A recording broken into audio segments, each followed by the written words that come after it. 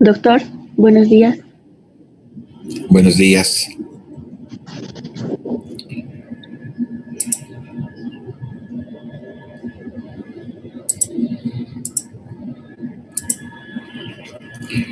Entonces, en el manejo de esta persona, el diagnóstico de esta persona es el diagnóstico de una Gracias, doctor. bronquiectasias, enfermedad, bronquiectasias infectadas, insuficiencia respiratoria crónica, cor pulmonar crónico. Sí, doctor. El manejo de esta persona, de todo paciente, pasa por ser ordenado. Uno, la dieta. Dieta. Ya hemos hablado de la dieta, que tiene que ser una dieta baja en sal, sin grasas y con restricción de líquidos. Ya hemos hablado lo que significa restricción de líquidos. 2. Sí, doctor. ¿Qué es 2 en las órdenes médicas? El otro día les dije. Hay que tratar la causa de la enfermedad. Ya. Otra vez, por favor. Hay una hoja que se llama hoja de órdenes médicas.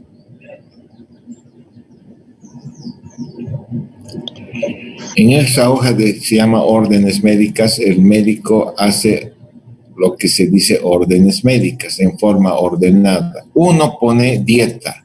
2 es la posición, la actitud del paciente. 3 es la terapia respiratoria.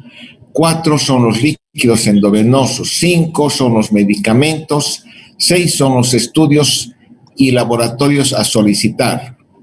1, dieta. 2, posición, actitud. ¿Qué vas a poner a este paciente? Actitud, que corra 100 metros planos todos los días. No, doctor. Ya.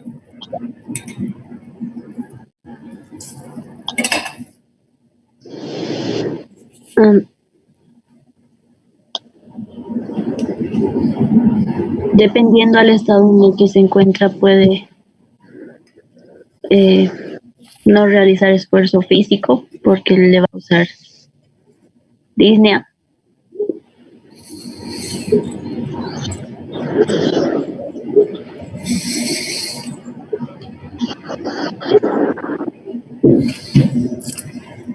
Obviamente, una persona que está con bronquiectasias, que está enfermo, si tiene que hospitalizar, entonces, ¿qué posición va a tener? ¿Qué vas a poner?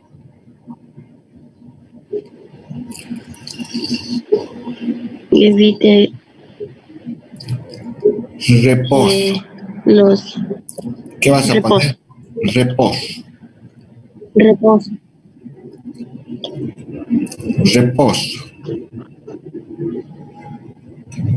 Pero pon pues una posición.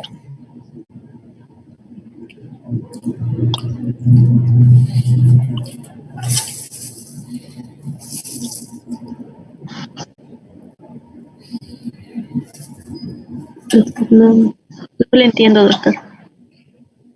Pero posición, ¿en qué posición reposan los humanos? En decúbito. En decúbito, supino, en decúbito prono. Ayer o ante el otro día hemos visto que los con COVID tienen que estar en decúbito Prono. Este puede estar en reposo en posición Decúbito. Semisentada.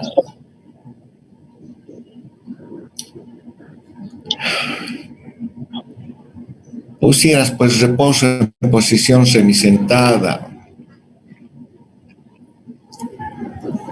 2. Sí, doctor. Posición, actitud, reposo en posición sentada. 3. Terapia El punto 3, respiratoria. terapia respiratoria. ¿Qué le vas a dar? Oxigenoterapia, doctor. Por puntas.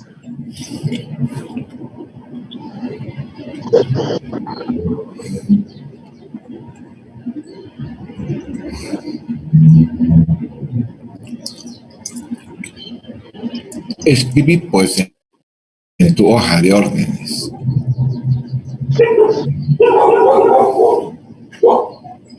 Doctor, oxigenoterapia. Bueno, dependiendo del estado del paciente, pero se le daría oxigenoterapia puntas. A ver, escribí. Oxigenoterapia por puntas. ¿Qué tal te parece eso?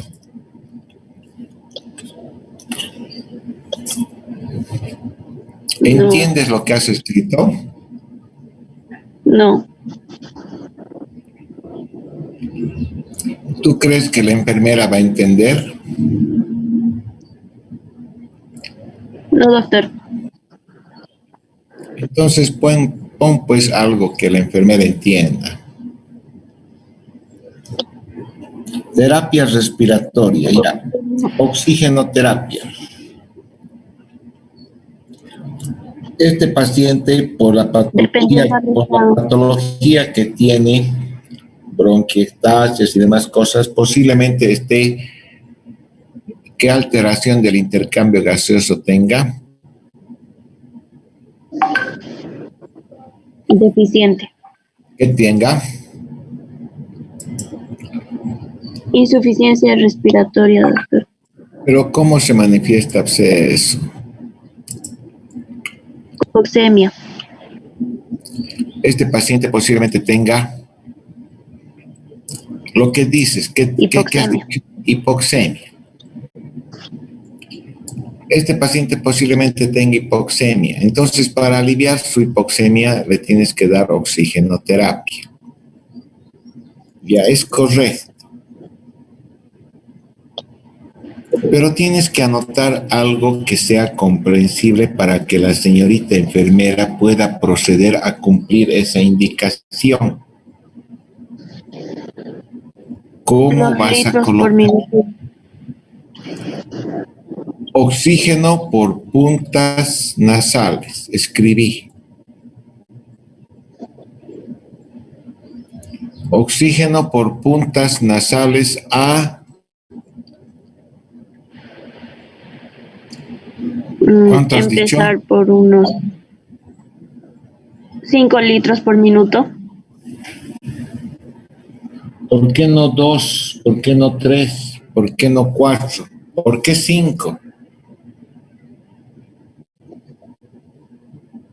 ¿Por qué no 1? Oxigenoterapia por puntas nasales. 2, 3, 4, 5, 6 litros por minuto. ¿Qué es lo que va a decidir cuánto de oxígeno por puntas nasales vas a administrar al paciente? ¿Cómo responde nuestro paciente a la cantidad de oxígeno que estamos dando, doctor? La saturación. Por eso, ¿cómo? Si la saturación está por encima de 90.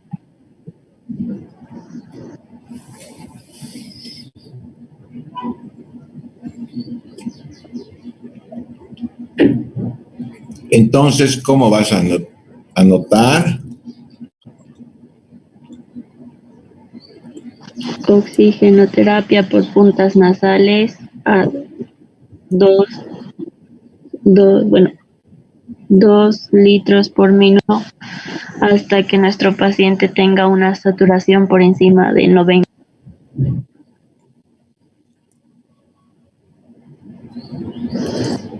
y se mantenga estable.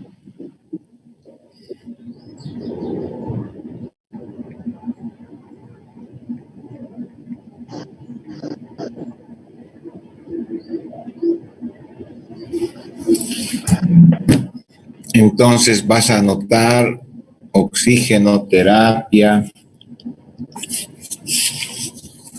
por puntas nasales a 2 o 3 litros por minuto para mantener una saturación de oxígeno entre 88 y 90%. ¿Sí? Sí, doctor. Si le das mucho, ya. ¿Este paciente qué tiene? ¿Qué diagnóstico clínico tiene? Bronquiectasias con cor pulmonar. Bronquiectasias con cor pulmonar.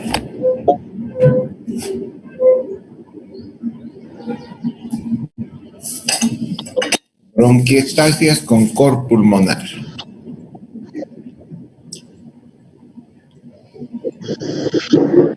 Sí, doctor.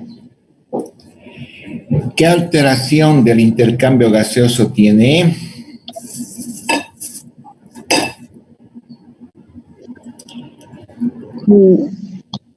Ventilación. Ya. La fisiopatología de su alteración del intercambio gaseoso es una alteración del BQ, una disminución de la relación ventilación-perfusión. Y como consecuencia de eso, ¿qué tiene? ¿Qué va a tener este paciente? Lo que has dicho hace rato, ¿qué va a tener? Hipoxemia. Hipoxemia. ¿Y qué más? Insuficiencia respiratoria.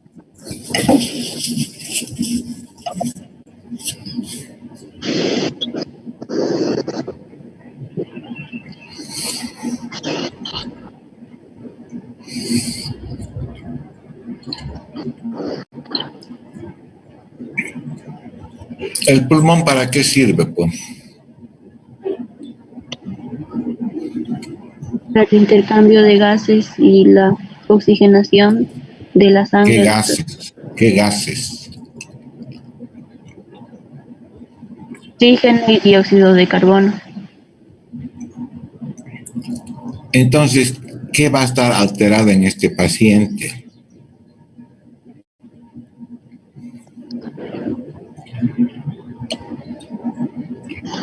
El pH. ¿Qué?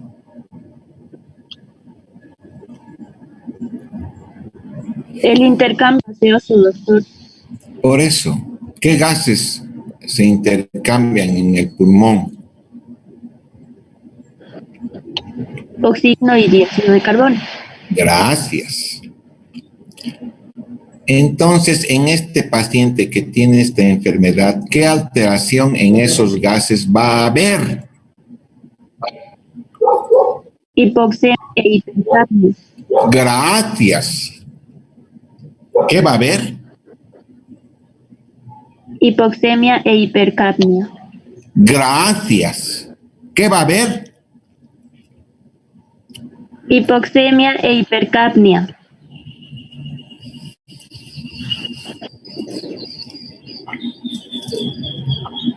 Entonces esta persona va a tener hipoxemia y una tendencia a la hipercapnia. ¿Cómo has puesto tus órdenes? ¿Cómo has puesto tus órdenes médicas? En cuanto a la terapia respiratoria. Oxigenoterapia por puntas nasales a 2 o 3 litros por minuto hasta que la saturación sea de 88 a 90%. ¿Quieres darle una cantidad excesiva de oxígeno para que su saturación de oxígeno llegue a 96, 98% de saturación de oxígeno. Por ejemplo, ¿quieres ponerle puntas nasales 6, 8 litros? ¿O quieres ponerle una mascarilla a 10 litros por minuto a este paciente? No, doctor.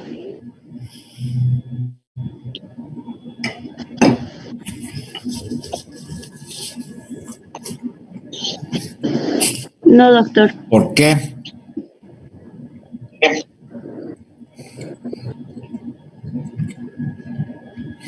Que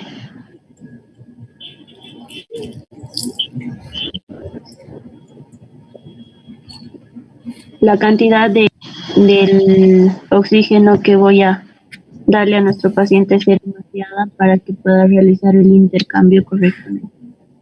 No te escucho bien. Porque la cantidad de oxígeno que le voy a dar al paciente va a ser demasiado para que realice el intercambio correctamente, para que haya una buena relación. No te entiendo y no sé qué estás hablando. Nuevamente, lee la indicación que has puesto de la oxigenoterapia. Oxigenoterapia por puntas nasales a 2 o 3 litros por minuto hasta que la saturación de oxígeno sea de 88 a 90%. Esa es una indicación correcta. Vos quieres darle un exceso de oxígeno de tal forma que la saturación de oxígeno llegue a 96, 98, dándole por puntas nasales 5, 6, 8 litros o administrándole por mascarilla 6, 8, 10 litros.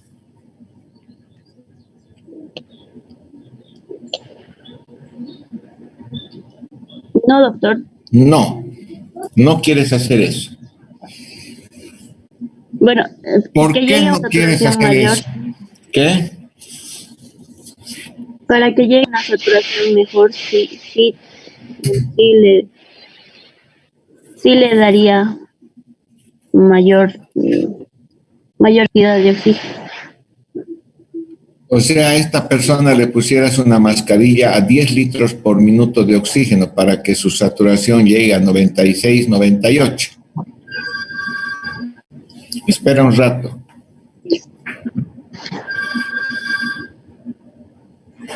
¿Vale?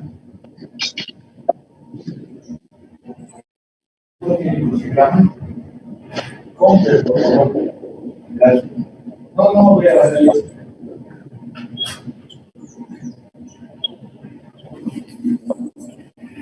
O sea, nuevamente, vos le darías a esta persona una oxigenoterapia por mascarilla a 10 litros por minuto para que su saturación de oxígeno suba a 98, 96, 98%. Ya, me confundí, doctor. Sí. ¿Por qué no te dedicas a la comparsa de los mamelucos rosas y haces delivery? Castro ID.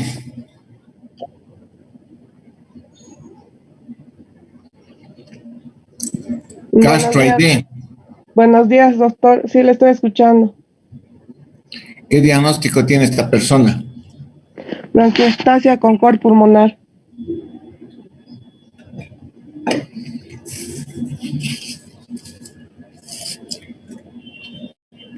¿Es una enfermedad aguda o crónica? Crónica, doctor. Crónica.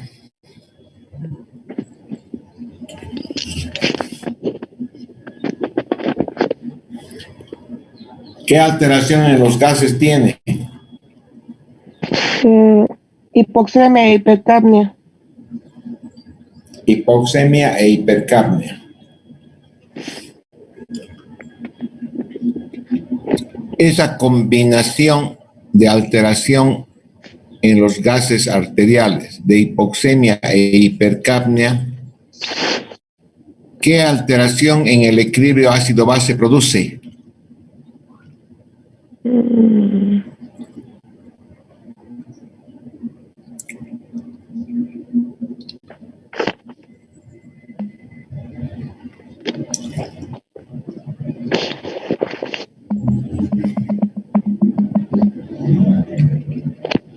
La hipercapnia crónica, ¿qué alteración del equilibrio ácido-base produce?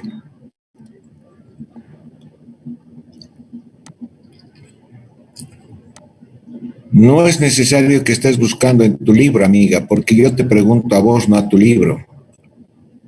Sí, doctor, no estoy con libro. ¿Sabes o no sabes? Una acidosis, doctor. Una Acidosis. acidosis. Seguí, acidosis.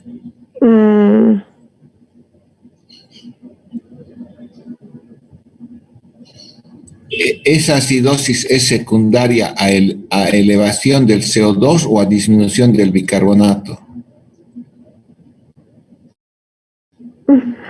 No sé, doctor, no leí. Pero acabas de decir, ¿qué alteración del equilibrio de los gases tiene este paciente? Una acidosis, una hipoxemia y una hipercapnia. ¿Qué es hipercapnia?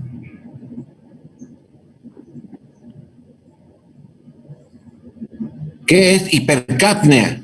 Exceso de dióxido de carbono en el torrente sanguíneo, doctor. Entonces, la acidosis en este paciente, ¿por qué sería? Por el exceso de dióxido de carbono. Entonces, ¿qué se llamaría esa acidosis?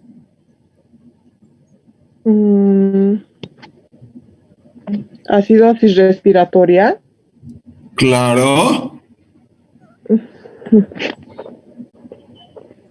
Se llamaría acidosis respiratoria.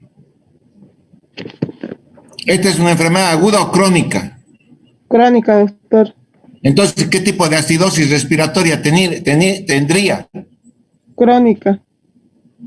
Entonces, ¿qué tipo de alteración del equilibrio ácido-base tendría este paciente? Una acidosis respiratoria crónica. ¿Ves qué fácil es? Sí, doctor.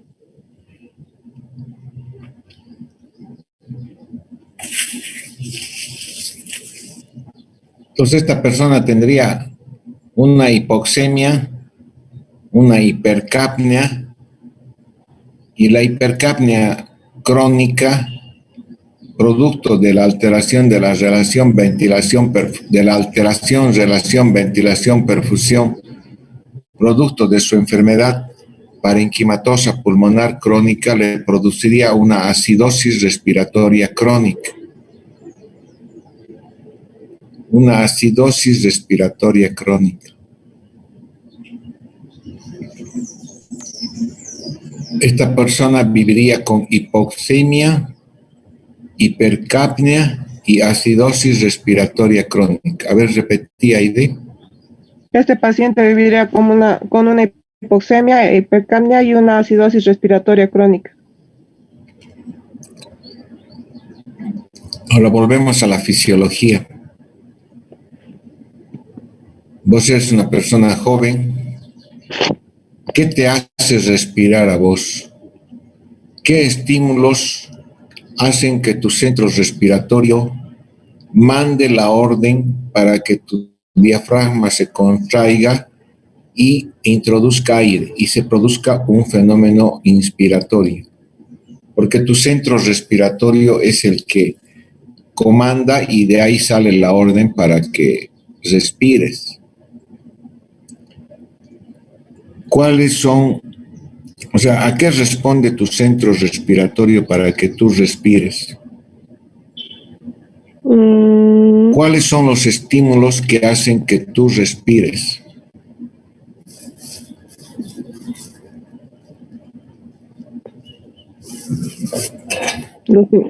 Los transportes de gases, todo eso, doctor, los tejidos de la respiración, el intercambio gaseoso.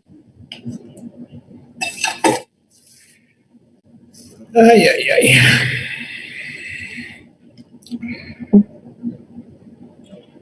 ¿Cuáles son los estímulos que son sensados por los quimiorreceptores para hacer que tu centro respiratorio ordene y ejecute una respiración?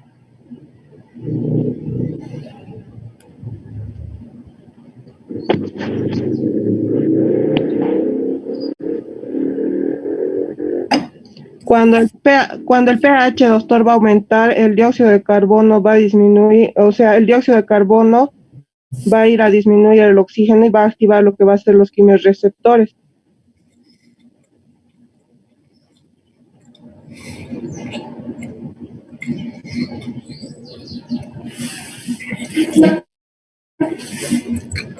En realidad has nombrado los 3 estímulos, pero has nombrado en forma caótica.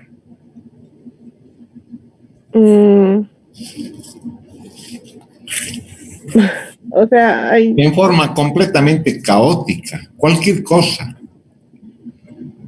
Los quimiorreceptores están localizados en la arteria uterina. No, la ovárica. La pulmonar.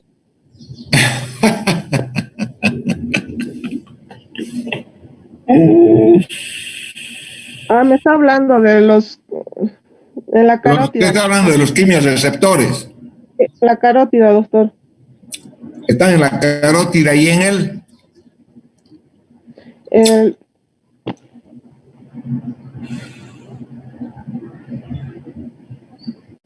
en la uterina, en el arco aórtico.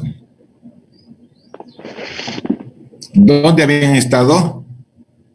En la carótida y en el aórtico. Un rato, esperen. Hola. ¿Cómo está, oficial? Buen día, teniente, ¿cómo está?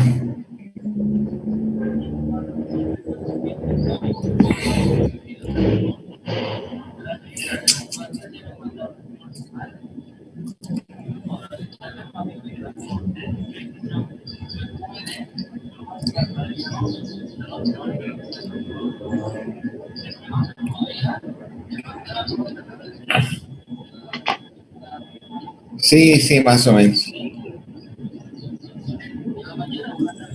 En la tarde me toca votar.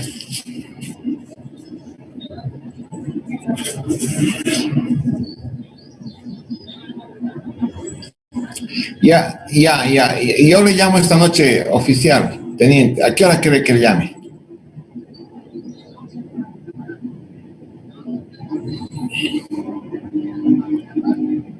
Ya, está bien. Voy a esperar su llamada.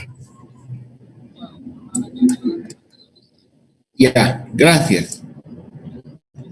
Gracias. Hasta luego. Castro. Sí, doctor.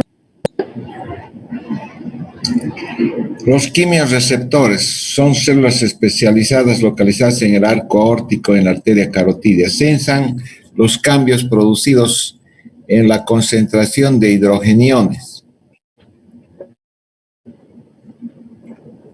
Los cambios producidos en el ascenso o en la disminución de la concentración de CO2 o en el ascenso o en la disminución del PO2. Si aumentan los hidrogeniones, ese estímulo al centro respiratorio, ¿qué le van a obligar a hacer?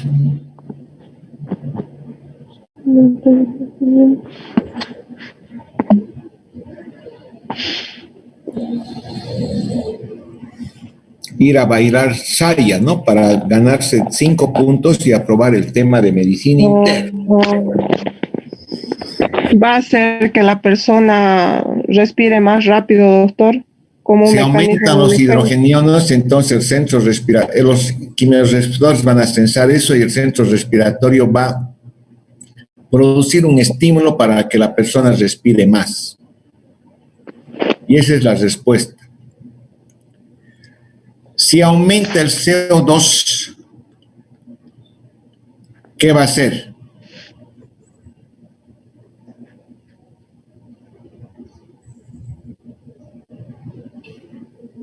Si aumenta el CO2, va a haber una dificultad respiratoria, doctor. Ave María, porque estamos hablando de la respuesta fisiológica del centro respiratorio. Entonces igual va a aumentar la respiración, doctor. Claro, pues claro. Si disminuye la concentración de oxígeno, ¿qué va a hacer? Igual va a aumentar la capacidad de respiración. La frecuencia respiratoria va a aumentar la respuesta del centro respiratorio.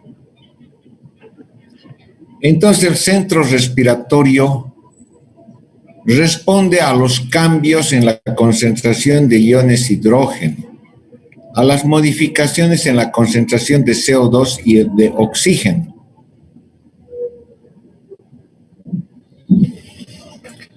Este paciente tiene una enfermedad crónica. Sí, doctor. ¿Qué alteración tiene en sus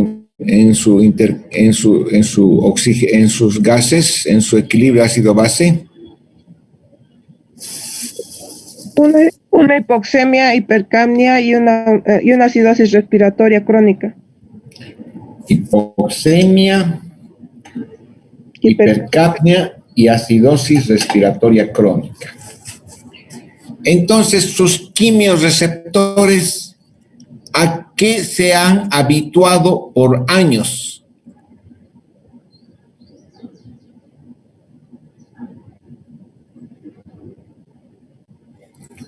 A aumentar la frecuencia respiratoria.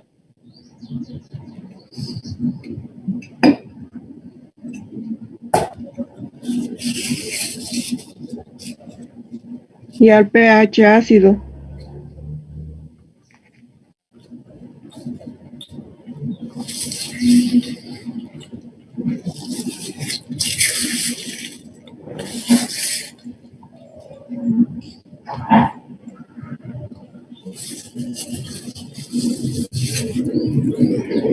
Sus quimiorreceptores se han acostumbrado al pH ácido.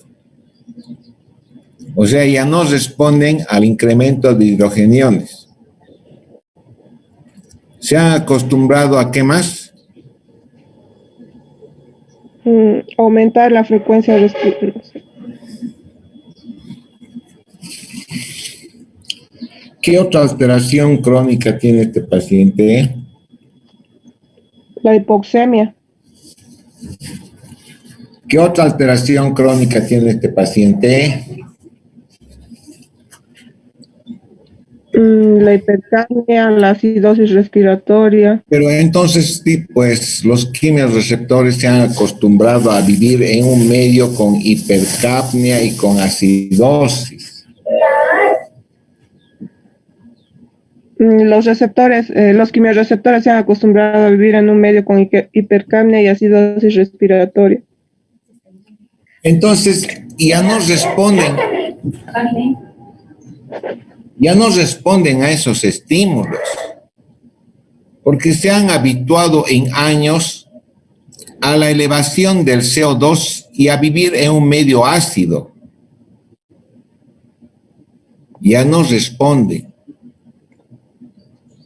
Están habituados a ese nivel de CO2 de 50 y un pH de 7.30, 7.25. Y el estímulo que hace que ese paciente respire, lo único que queda, ¿cuál es? La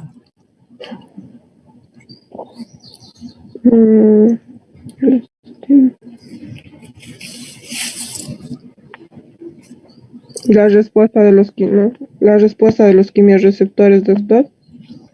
La respuesta de los quimiorreceptores, ¿a qué? Pues, ¿a qué? Los quimiorreceptores responden a 3 elementos. ¿Cuáles son?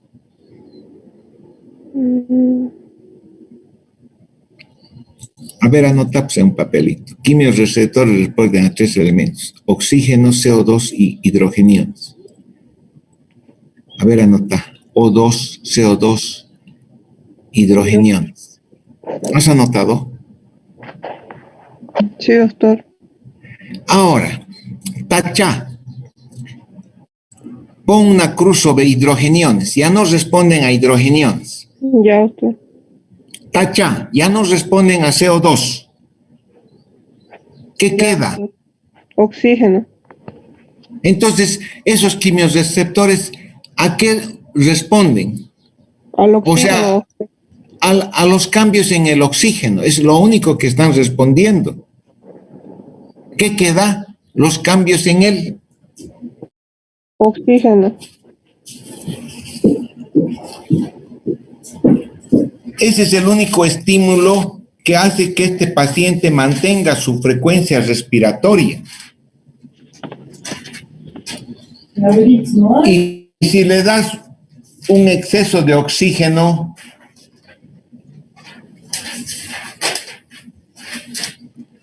de tal forma que su saturación llegue a 96-98%, ¿qué va a suceder?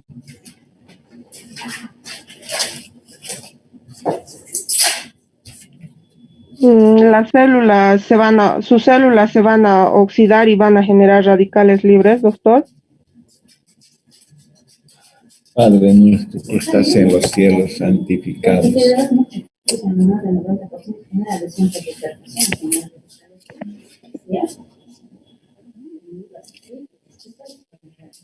Te estoy hablando de los quimiorreceptores.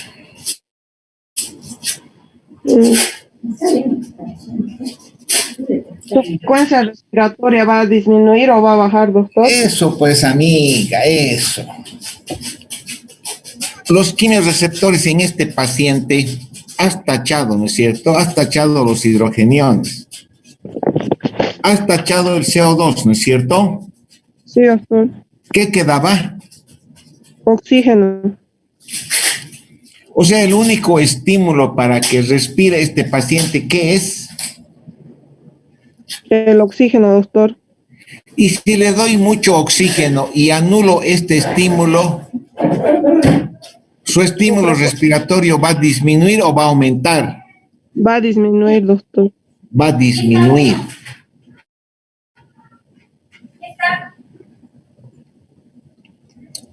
Eso es lo que sucede cuando se da un exceso de oxígeno a pacientes enfermos pulmonares crónicos que se han habituado a vivir con hipercapnia y con acidosis respiratoria crónica. Y si a esta persona le das un exceso de oxígeno y de repente su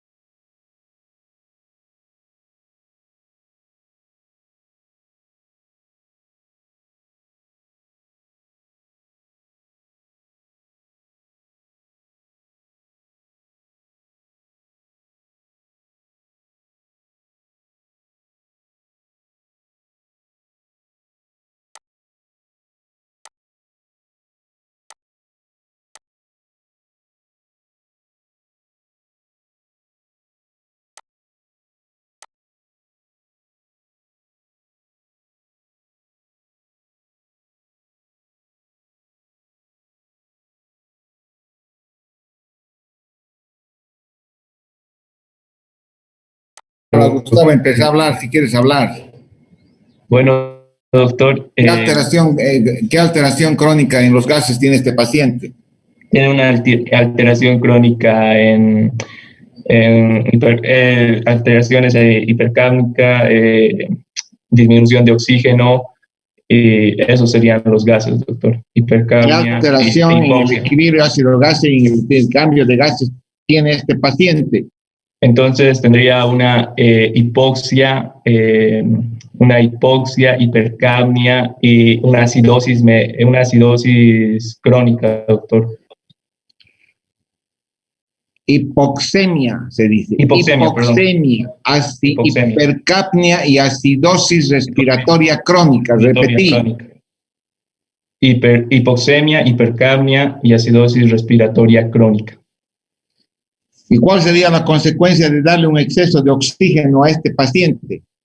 Un exceso de oxígeno simplemente bloquearía a los quimiorreceptores que solo están respondiendo al oxígeno, así que ya ni siquiera respondería al oxígeno y disminuiría la frecuencia respiratoria. Disminuiría el estímulo para el automatismo respiratorio, disminuiría su ventilación, disminuiría su frecuencia respiratoria. ¿Y qué consecuencia produciría eso? Hipoxemia, mayor hipoxemia. Te espera la empresa el pedidos ya. Justamente le estás dando oxígeno en exceso, por eso su saturación está en 96, 98. Sí, perdón.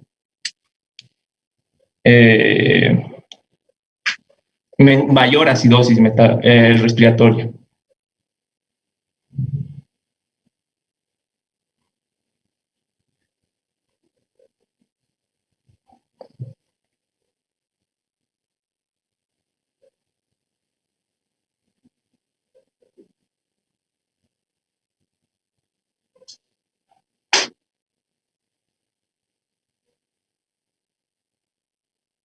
¿Qué consecuencia va a tener el hecho de que tenga menos estímulo ventilatorio? Va a tener un mayor aumento del dióxido de carbono y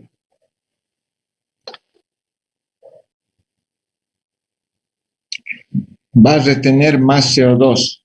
Va a retener más CO2. O sea, si esa persona, anoté un papel. Si esa persona tenía una PO2 de 45, una PCO2 de 50, un pH de 7.30, y de repente le das oxígeno, y su PO2 sube de 45 a 70, obviamente se ha normalizado, está oxigenando muy bien. Pero esa elevación del PO2 por el exceso de oxígeno que le estamos dando a esta persona pulmonar crónica, está anulando o va a anular el único estímulo que tenían sus quimorreceptores para hacer que funcione su centro respiratorio, y su centro respiratorio va a disminuir su actividad y esa persona va a disminuir su frecuencia respiratoria, su ventilación, y como consecuencia su PO2, que era de 50, va a subir a 80. Y al subir a 80, su pH va a bajar a 7.20. Entonces, ¿qué? Hipercapnia y acidosis, mayor acidosis respiratoria. ¿Y eso qué consecuencia clínica va a traer? Está oxigenando mejor, está con 70.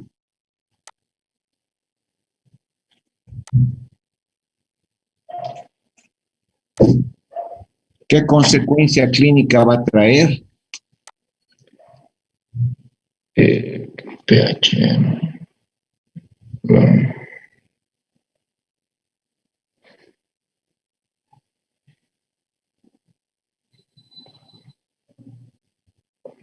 Insuficiencia ventilativa, coma tal vez. Una alteración del estado de conciencia. Sí, una alteración del estado de conciencia. Que puede ir desde desde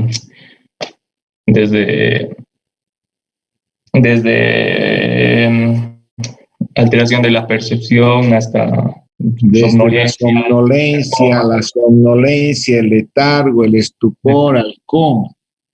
Sí, Eso se llama alteración del estado de una narcosis por CO2.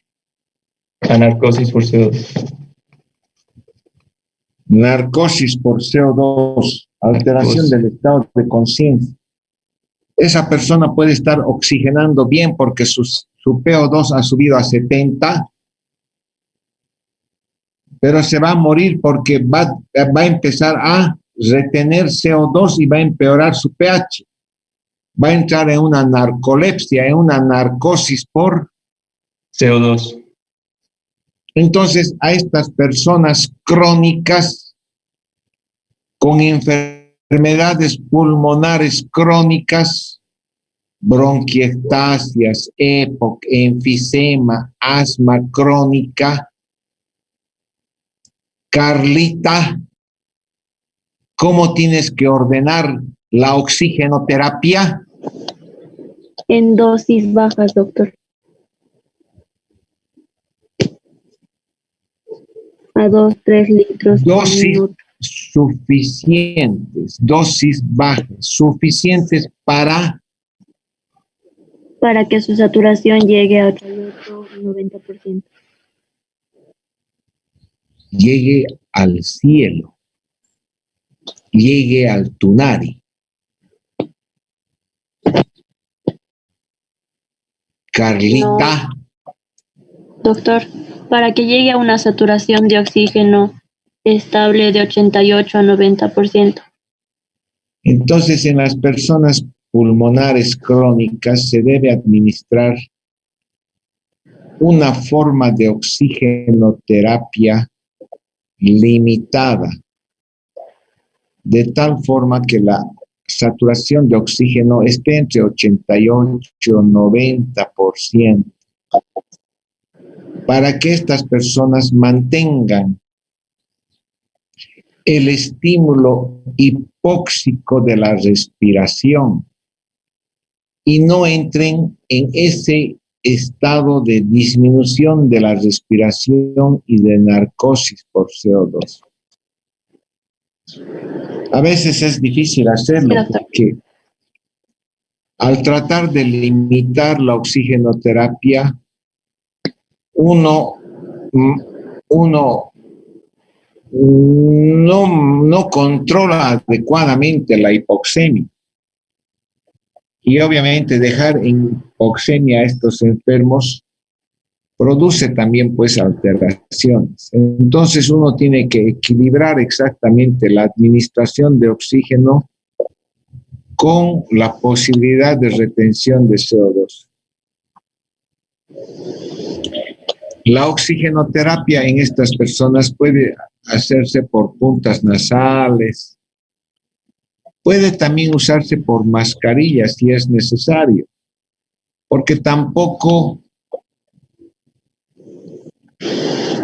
sobre pretexto del riesgo de elevación del CO2, se puede dejar que estas personas persistan con una hipoxemia severa, ¿no? Una saturación de oxígeno de 86, 88, 90% es adecuado.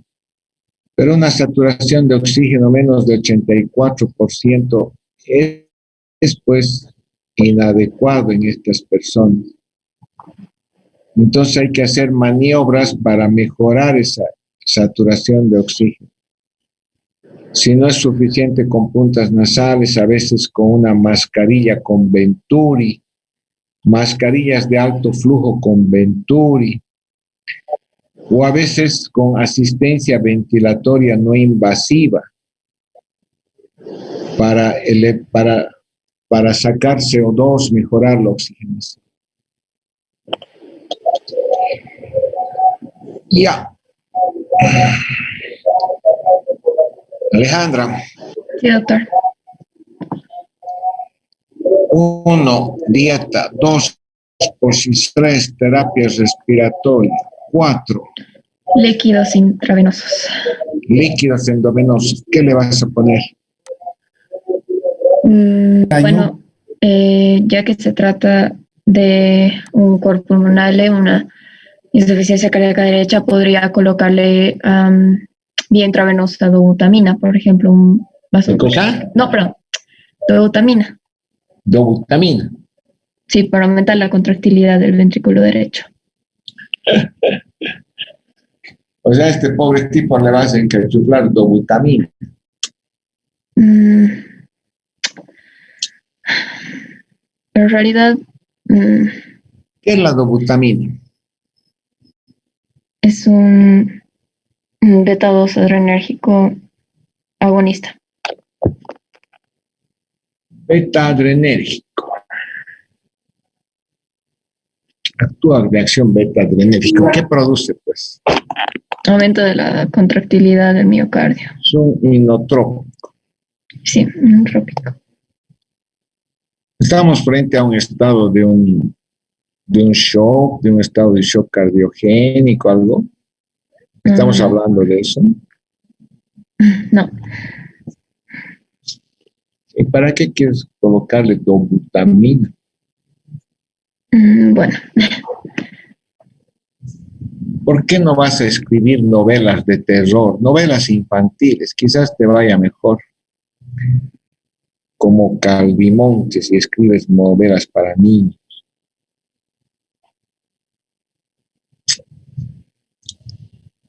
Líquidos endovenosos, ¿qué le darías a esta persona?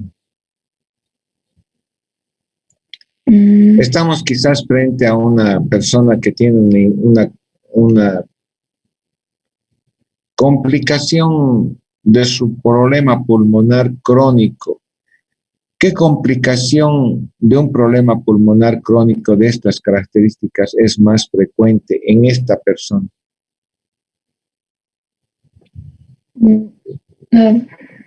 ¿Cuáles son? Esta persona tiene bronquiectasis, una enfermedad quística pulmonar crónica, bronquiectasis. Sí. Esa es una enfermedad pulmonar crónica. ¿Cuáles son las complicaciones pulmonares crónicas más frecuentes que suceden en estas personas? Infección bronquial. Las infecciones respiratorias.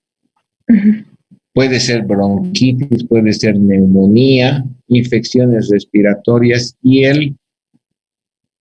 no las consecuencias fisiológicas de eso, que es la hipoxemia, la hipercapnia, la acidosis, ¿no? Ya estamos hablando, estoy preguntando las infecciones, las complicaciones a nivel pulmonar que se producen a consecuencia de estos problemas crónicos. Las infecciones respiratorias, parenquimatosas pulmonares, neumonía o de las vías respiratorias, bronquitis y el cor pulmonar. Esa es una complicación cardíaca. Cardíaca. Te estoy preguntando complicaciones pulmonares. Bueno, ¿Cómo responden las vías aéreas a la presencia de secreciones en forma crónica? Pues se dan la mano. Presentan pues una hiperreactividad. ¿Y cómo se manifiesta la hiperreactividad en las vías aéreas? Por obstrucción. ¿Por? Obstrucción. ¿Qué se llama absceso? EPOC, enfermedad pulmonar obstructiva. Broncoespasmo, pues. Broncoespasmo. Broncoespasmo. Es posible que esta persona desarrolle EPOC. Es posible. Una de las causas de EPOC son las bronquiectasias, porque la presencia de secreciones de infecciones a repetición crónicas hace que esas secreciones, si en este quiste hay secreciones, ¿tú crees que eso se queda localizado acá? No. ¿O por el árbol bronquial va al otro lado? No. No. ¿Qué? No. Tendría que... No.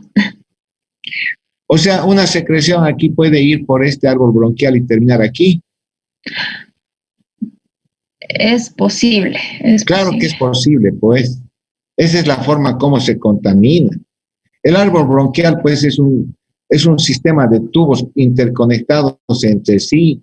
Una secreción acumulada aquí puede viajar por acá y terminar en este lado, o terminar en el bronquio en este lado. Sí, doctor. Entonces, todo este sistema bronquial está bajo la influencia de todas estas secreciones. Y obviamente los bronquios, un bronquio aquí que tiene secreciones, ¿cómo va a reaccionar su pared bronquial? Con Inflamación. inflamación y broncoespasmo. Broncoespasmo. Ay, qué difícil la palabra. ¿Cómo va a reaccionar? Con inflamación y broncoespasmo. Inflamación y broncoespasmo. Ay, qué difícil. Entonces esta persona puede tener pues broncoespasmo y con el tiempo puede desarrollar una enfermedad pulmonar obstructiva crónica. Entonces las complicaciones respiratorias de una persona que tiene una patología de esta naturaleza son infecciones respiratorias crónicas a repetición y broncoespasmo, broncoconstricción, EPOC. Entonces, esas cosas son las que tenemos que considerar. Y obviamente las complicaciones cardíacas de una persona, así cuáles son. ¿Cuál es? Cor pulmonar. Gracias. Entonces, los líquidos endovenosos que tengo que dar a esta persona, asumiendo que esta persona está con una complicación respiratoria, quizás sea solamente infección aquí y con unos roncos y sibilancias que se auscultan, ¿cuál sería el líquido endovenoso que le darías? Un broncodilatador. El líquido endovenoso, no hemos salido de los líquidos endovenosos todavía, no estamos llegando a los medicamentos. Por lo visto, con ustedes que deberían estar con sus mamelucos rosados, en pedidos ya, delivery, alguna cosa, con un tema tengo que tardar 3 semanas.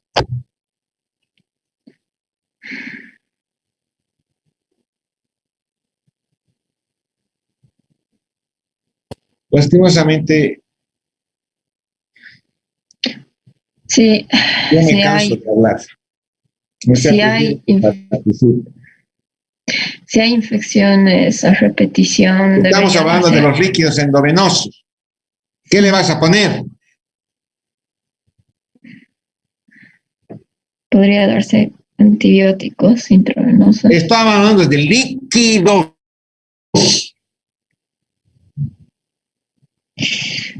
No, no sé, doctor, sinceramente. Gracias. Anda vestite de rosa y unite al grupo de mamelucos rosados. Alejandro.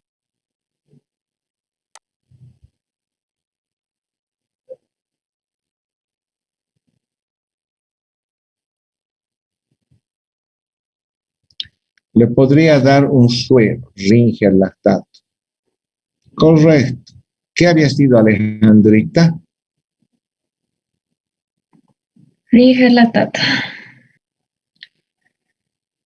Una solución endovenosa. Solución. Líquidos endovenosos. Solución. Alejandro, ¿qué soluciones endovenosas conoces? Dos grupos.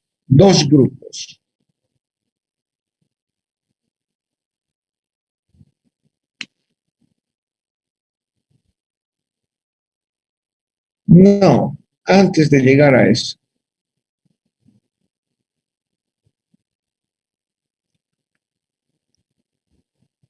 Después vamos a llegar a esa clasificación. El uso de líquidos endovenosos es tan importante en la medicina porque todo el tiempo se usa líquidos, sueros, sueroterapia, líquidos endovenosos. Los líquidos endovenosos se usan para reanimación, para mantenimiento, para rehidratación. Todo el día, si ustedes pasan por los hospitales, todos los pacientes están con sueros. Entonces, los líquidos endovenosos son medicamentos que debemos saber qué son, qué tienen, cuánto hay que dar, cómo hay que dar. No es cuestión de poner líquidos endovenosos y ya, o terminar de decir no sé. Entonces, los líquidos para uso medicinal se dividen en dos grupos. Anoten en un papel.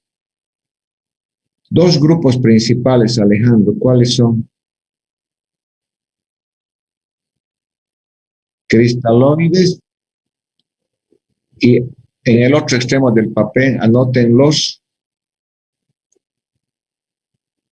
cristaloides y ay, guacabola, pedidos ya, te estoy esperando. Pedidos ya. ¿Sabes lo que es pedidos ya?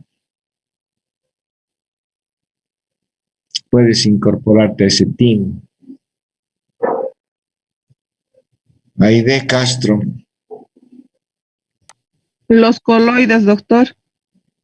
Cristaloide y coloides. A ver, repetí, Alejandro. ¿Cuáles habían sido?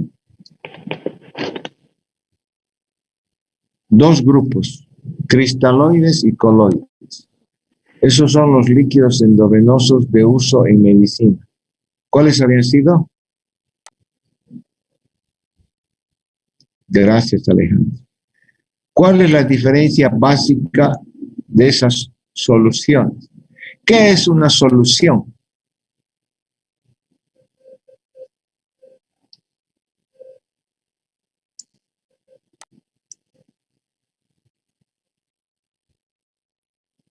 Aide o yo. Si quieres, vos andando más ya pedidos, Aide. Andando más ya pedidos ya. Aide. Son combinaciones, doctor, de dos sustancias que disueltas pueden hacer una reacción. Son combinación de dos sustancias que disueltas pueden hacer una reacción. O sea, yo combino la pólvora con el fuego y hago una explosión. Esos son dos sustancias. Pólvora, fuego, combino y hago una explosión. Esa es una solución.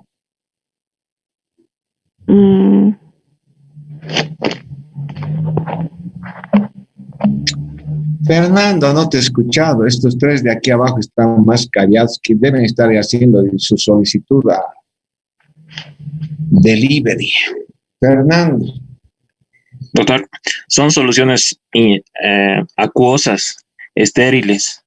Solución es una mezcla de un líquido, es una mezcla de un líquido solvente con un soluto.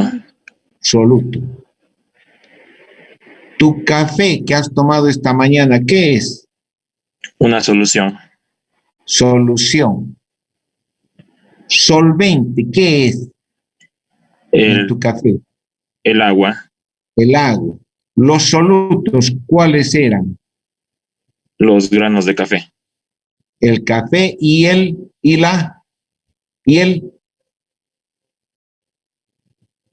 ¿qué le pones a tu café? ¿O no le pones? ¿O tomas café puro? ¿Qué le pones a tu café? Granos de café. ¿Pero qué más le pones a tu café o no pones nada más? El agua. ¿Y qué más le pones a tu café o tomas así puro?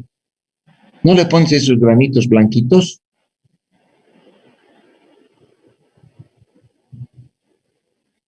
Esos que le dan un sabor dulce. El azúcar.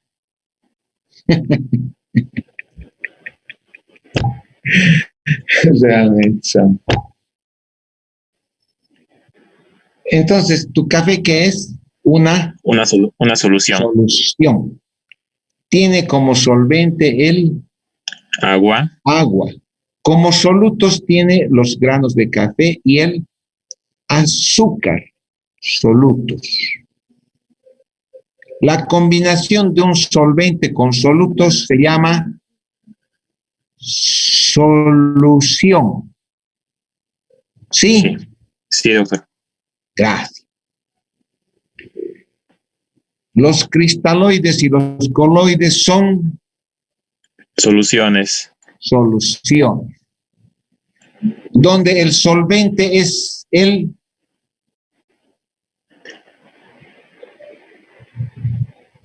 en los cristaloides es el etanol y en los coloides quizás sea un poquito de vino merlot. No. No. En los dos el solvente es el Agua. agua. El solvente en todas las soluciones de uso medicinal es el o la agua, cualquier forma. El agua. El agua, yak, water, como quieras llamar, agua. La diferencia principal para llamar cristaloide y coloide, ¿cuál es? Los electrolitos, los solutos. Los solutos. La diferencia principal para yo decir este es un cristaloide y este es un coloide es el tipo de solutos que se han usado para formar la solución. Sí, doctor. ¿Cuál es la diferencia? No quiero que me digas, en este se usa el soluto A y en este el soluto B.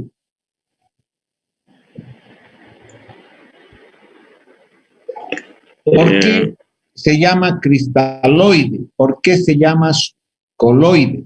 Porque los solutos en el cristaloide tienen una característica especial que se llama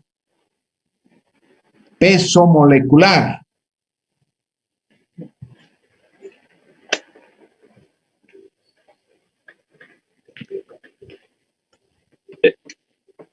Los cristaloides aportan energía, ya que sus solutos. Calla. Te voy a mandar por WhatsApp el número de pedidos ya. William. Sí, doctor. La diferencia está en el peso molecular de los solutos. Los solutos usados para las soluciones cristaloides tienen un peso molecular Bajo. Y los solutos usados en las soluciones coloideas tienen un peso molecular Alto. Los solutos usados en las soluciones cristaloides son electrolitos, son glucosa, que tienen peso molecular bajo. Mientras que los solutos usados en las soluciones coloides son albúmina, almidones, gelatinas, derivados de la urea que tienen peso molecular Alto. Esa es la diferencia básica para yo decir, esta es una solución cristaloide y esta es una solución coloide. El peso molecular de los solutos. Sí, doctor. Ahora, las soluciones cristaloides que están determinadas ya que tienen solutos con peso molecular bajo, habitualmente electrolitos o glucosa, se dividen en Hipertónicas, isotónicas, hipotónicas. hipertónicas, isotónicas e hipotónicas. Y esa división está en relación A la ¿a cantidad qué? de a la cantidad de electrolitos, doctor. Claro, claro, claro. La osmolaridad, esa división, esa clasificación que se le hace en isotónicas, hipotónicas e hipertónicas, se la hace en relación a la Osmolaridad osmolaridad del del soluto. el soluto disuelto en una concentración determinada en el solvente agua va a dar una determinada osmolaridad. Esa determinada osmolaridad, ese valor que digamos es 270, yo voy a decir es isotónico. Pero lo voy a decir que es isotónico porque está en relación a la osmolaridad Del, ¿Qué es del soluto en el isotónico? solvente. ¿Qué? Isotónico es igual o Igual, es igual igual, isotónico, que tiene una isoosmolaridad, isotónico. Iso es un prefijo de igual. Por eso, esa solución cristaloide que tiene una osmolaridad, el suero fisiológico, ¿se va a acabar esto? es igual al medio interno, doctor. A del ver, cuerpo. escúcheme todo. Se va a acabar esto y para el lunes me van a leer todo lo que son soluciones. Composición de soluciones fisiológicos, Ringer, dextrosa, albúminas, SPAN, todas las soluciones coloideas de exámenes. ¿Me han escuchado? Sí, doctor. ¿Qué? Sí, Sí, doctor. doctor. Aunque tengan examen de segundo parcial, ¿cuándo tienen el segundo parcial? Hoy día, Hoy, doctor. Oído. O sea que hoy día van a morir con el segundo parcial. Que les vaya bien, pues, en su suicidio.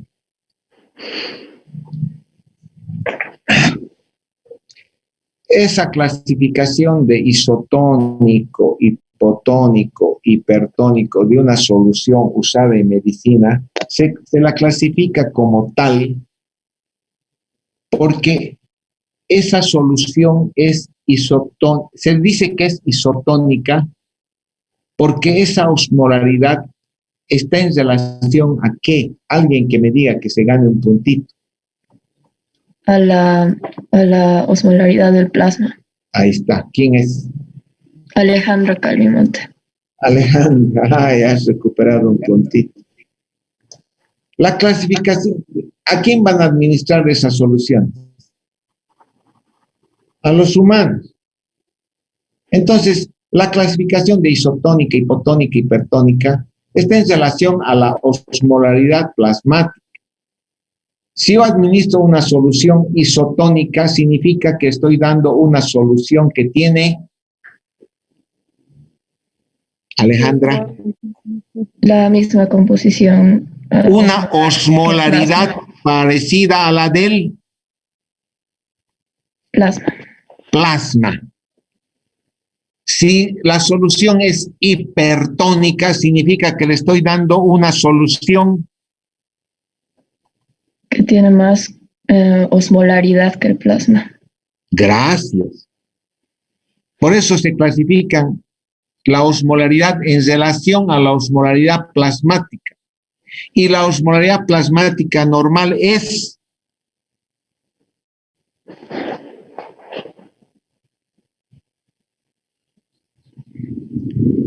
la fisiología descrita por un tremendo médico llamado Ayton. Ustedes lo han pasado entre el baile del tinku y la saya. Ahora, buscando en su libro cuál es la osmolaridad plasmática normal. Entre 270 290 miliosmoles. 270, 280, sí, algunos dicen hasta 300 miliosmoles por litro. Es cierto eso. ¿Quién ha respondido eso? Alejandra Calmimonte. Sigue Alejandra Calmimontes. Entonces, esa es la osmolaridad plasmática. Entonces, soluciones preparadas artificialmente que tengan osmolaridades en esos valores o cercanos a esos valores se llaman soluciones isotónicas. Soluciones que tengan valores de osmolaridad menores que eso se llaman soluciones hipotónicas. Soluciones que tengan osmolaridades mayores que eso se llaman soluciones hipertónicas. Dentro de las soluciones cristaloides isotónicas de mayor uso, ¿cuáles están, William? La solución fisiológica, doctor. La solución fisiológica, solución salina. ¿Qué contiene la solución fisiológica? ¿María Belén ha abandonado el grupo o está aquí? No está aquí, doctor. ¿Se está dedicando a la política? Es la cuarta vez que tiene falta. ¿Está haciendo campaña? ¿Va a ser senadora?